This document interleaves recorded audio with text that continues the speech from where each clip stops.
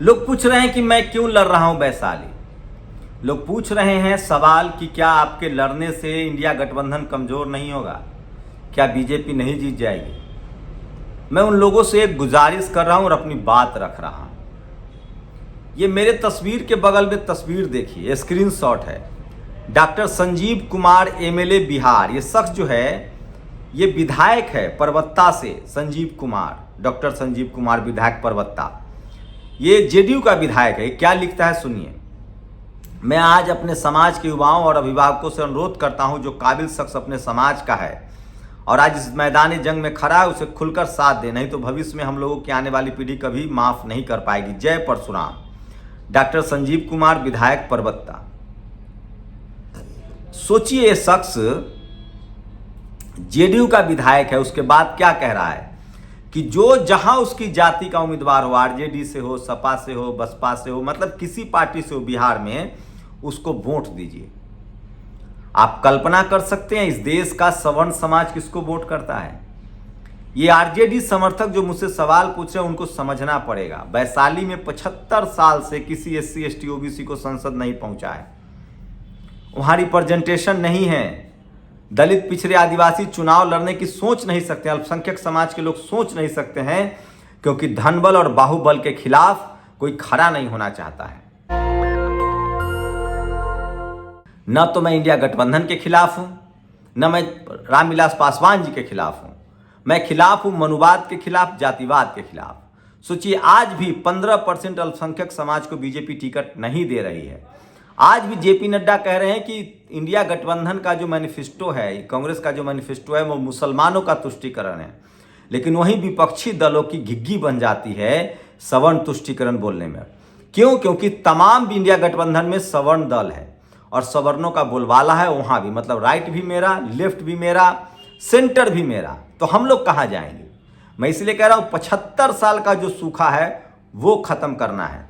समझ तो गए ही होंगे परबत्ता के जदयू के विधायक जी का कहना चाह रहे हैं, गठबंधन की ऐसी की तैसी, वोट सबसे पहले अपने जात को, सीधी बात, नो बकवास।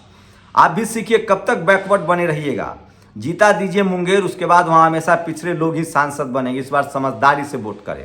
लालू जी ने अच्छा टिकट बांटा है मुंगेर में, अशोक महतो को टिकट दिया है, उनकी पत्नी को जिताना चाहिए। लेकिन सवाल है कि ये चीज वैशाली में क्यों नहीं, वैशाली में क्यों नहीं? चिराग पासवान ने भी सवर्ण को टिकट दिया है, स्वघोषित उम्मीदवार भी सवर्ण है। मेरी लड़ाई किस बात के लिए है? बहुजन, दलित, पिछड़ा, अल्पसंख्यक कब वहां से संसद जाएगा? 75 साल का ये सूखा कब खत्म होगा?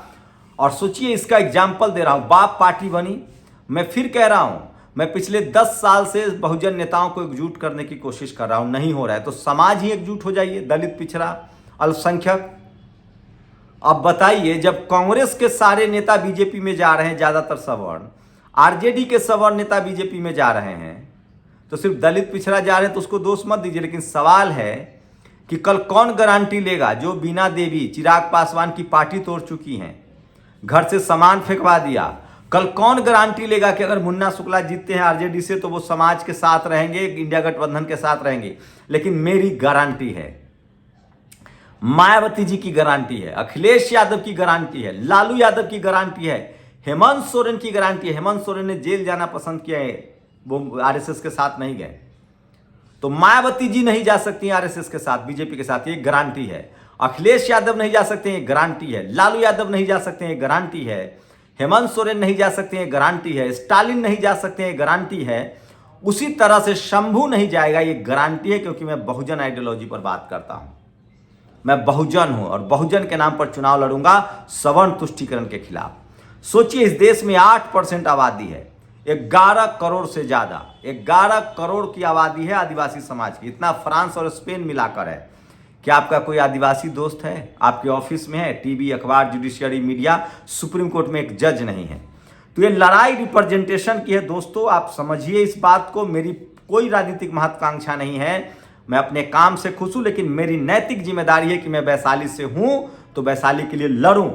और इसी लड़ाई को आगे बढ़ाने के लिए मैं आपसे कह रहा हूं, मैं इसी लड़ाई को आगे बढ़ाने के लिए जा रहा हूं। और सोचिए, इस देश में बिहार और यूपी में जातिवाद के खिलाफ लड़ाई है, झारखंड में जातिवाद के खिलाफ लड़ाई है, क्योंकि वहां दलित पिछड़े राजनीति में आते हैं।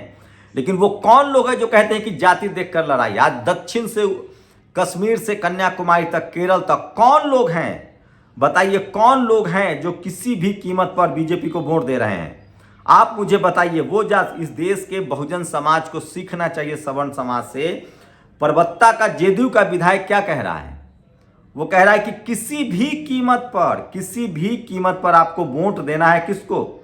आपको वोट देना है सिर्फ और सिर्फ अपने जाति के उम्मीदवार को। ये मैं नहीं कह रहा हूं, ये विधायक कह रहा है नीतीश कुमार का। और नीतीश कुमार जी को पैर छूना पड़ रहा है। सोचिए, जिन्होंने विकास में बिहार में बहुत काम किया है, इसमें कोई दो मत नहीं है, अच्छा काम किया उन्होंने, लेकिन सोचिए किस तरह से उनको कमजोर किया गया। रामविलास पासवान, नीतीश कुमार, लालू यादव को आपस में लड़ाया गया। और आज भी नीतीश कुमार अलग हैं, आज भी चिराग पासवान अलग है, मोहरा बनाया जा रहा है और पैर छूना पड़ रहा है। ये स्थिति हो गई हमारे नेताओं की। क्या आप इससे सहमत हैं? क्या नीतीश कुमार को पैर छूना चाहिए था? तो ये इसलिए है क्योंकि हमारी भाईचारा, जब तक रामविलास पासवान, नीतीश कुमार और लालू यादव हैं बिहार में, सोशल जस्टिस का नारा बुलंद रहेगा। और मैं फिर कह रहा हूं, मैं उसी नारे को मजबूत करने आ रहा हूं। चाहे किसी पार्टी से आऊं, मैं बहुजन दल से ही आऊंगा। मुझे बहुजन दल का ही वोट चाहिए। बीजेपी की तरह मैं क्रिस्टल क्लियर हूं कि सवर्ण समाज, जैसे बीजेपी क्रिस्टल क्लियर है कि उसको मुस्लिम वोट नहीं करता है, उसी तरह से मैं बहुजन होकर क्रिस्टल क्लियर हूं कि सवर्ण समाज, दलित, पिछड़े, आदिवासी पार्टियों को, उनके नेताओं को वोट नहीं देता है जब तक गठबंधन ना हो। और उनके नेताओं का कोई भरोसा नहीं। जब कांग्रेस के स्लीपर सेल भाग रहे हैं तो इनके कौन भागेंगे? तो सोचिए किस तरह से परबत्ता, डॉक्टर संजीव कुमार एमएलए, किस तरह से परबत्ता का ये जो विधायक कह रहा है। अब इसके बाद आप लोग तय कीजिए कि आपको समाज देखना है या उम्मीदवार देखना है। मैं फिर कह रहा हूं, किस तरह से, ये सबसे बड़ी खबर आपको बता रहा हूं कि किस तरह से सबसे ज्यादा जाति के नाम पर गोलबंद होकर सवर्ण समाज के लोग वोट करते हैं। क्यों? चूड़ी टाइट रहे, आरक्षण खत्म हो। बीजेपी ने सवर्ण समाज को 10% आरक्षण दिया है। जहानाबाद से खबर है कि भूमिहार समाज को टिकट नहीं मिला, इसलिए नीतीश कुमार के कैंडिडेट को वोट नहीं देंगे।